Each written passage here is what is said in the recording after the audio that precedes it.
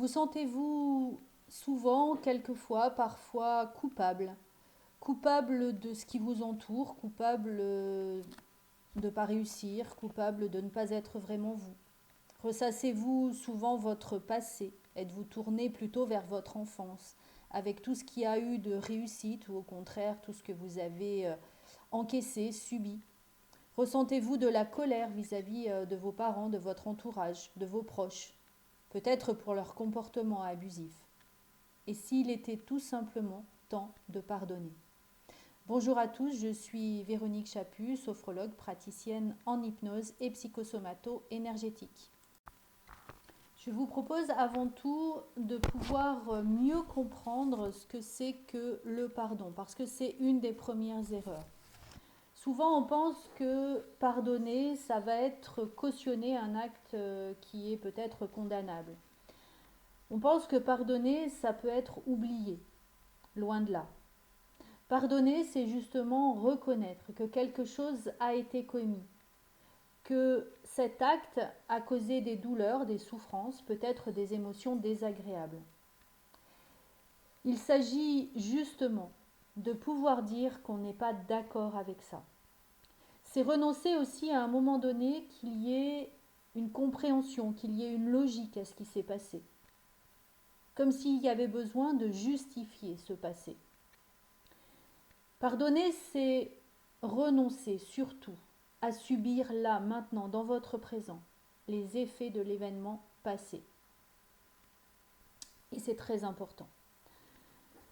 Imaginez que quelqu'un vienne chez vous et amène un sac de crottes et le pose dans votre salon. Et puis au bout d'un petit moment, cette personne, elle repart. Mais elle laisse le sac de crottes dans votre salon. À un moment donné, vous pouvez vous dire que vous êtes en colère parce que cette personne a amené quelque chose qui sent mauvais, quelque chose qui ne vous appartient pas.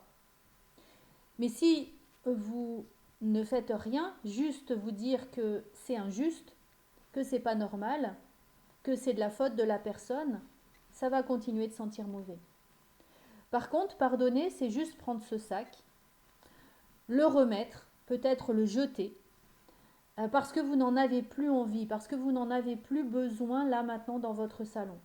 Et ça va vous permettre de mieux vivre. Pardonner, c'est vraiment cet acte-là. On peut continuer à en vouloir à quelqu'un, perdre de l'énergie. Mais si au contraire cette énergie peut-être de la colère, peut-être cette énergie qui est en tout cas connotée négativement, vous pouviez la transformer en quelque chose de plus positif. Parce que pardonner, c'est vraiment pour soi. C'est laisser la responsabilité à l'autre de ses actes. Si l'autre vous a fait du mal, c'est peut-être pour une blessure qu'il a. En tout cas, ça ne vous appartient pas.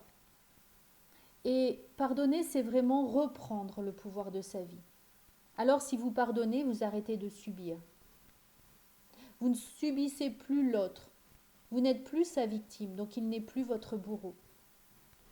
Vous savez, on a tendance à vivre comme dans un miroir. Les autres viennent nous montrer notre blessure, viennent nous montrer ce que l'on subit.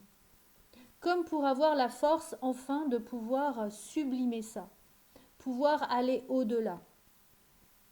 Et lorsque c'est pardonné, vous retrouvez votre entière liberté. Vous n'attirez plus à vous ces situations désagréables. Est-ce que vos parents étaient conscients, eux, de ce qui pouvait vous faire subir? La plupart du temps, non. Parce que c'est toujours douloureux.